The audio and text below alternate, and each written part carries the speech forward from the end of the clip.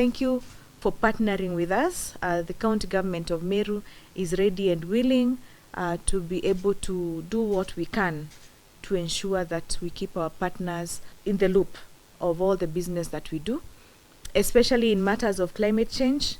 As you've heard, Madam Director, she's saying that Meru County is now, a bigger chunk of it is now ASOL, arid and semi-arid. So issues of tree planting are very key to us.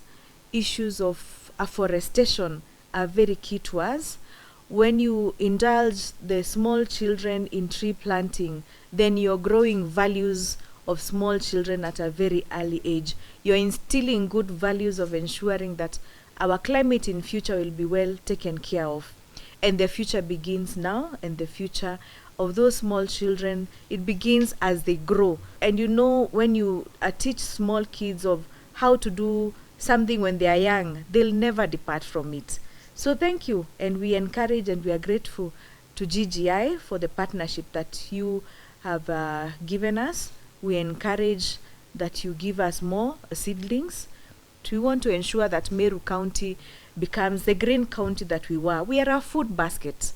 In the entire of Kenya, we are one of the, in fact, I think we are the largest producers of agricultural produce in Kenya. So we want to ensure that in the coming future, we change the climate. We ensure that we create awareness to our people so that they know the effects of cutting trees for purposes of burning charcoal. We have to teach our people alternative ways of getting fuel, which are climate friendly.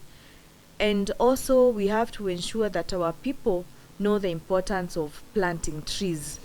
And especially now that sustainability of food is encouraged through planting of avocados, planting of macadamia, and any other fruits that increase tree coverage. We encourage that, and we hope that the partnership will continue in that kind of a direction. We can either plant indigenous trees, which are also good to maintain our water sources.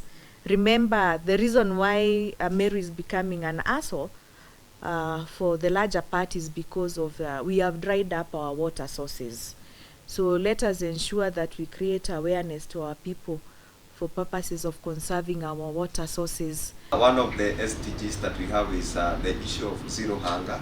So we are keen on resilience activities that promote food security in schools. That's why if you look at the list that Mark read for us, the majority of fruits, the trees that we donated were fruit seedlings. So our keen, at the end of the goal, we intend to plant fruit seedlings and also do indigenous trees so that we can have resilience in our schools. The other issue that I have noticed here that we are very grateful for is inclusivity. This is one of the counties where I included all the institutions. We are going to Kaga School for the Deaf, we are going to a university, we are going to primary schools, we are going to secondary schools. So that aspect of inclusivity is something that we are keen on, and when we see that in people, we know that you love diversity, you love all people equally.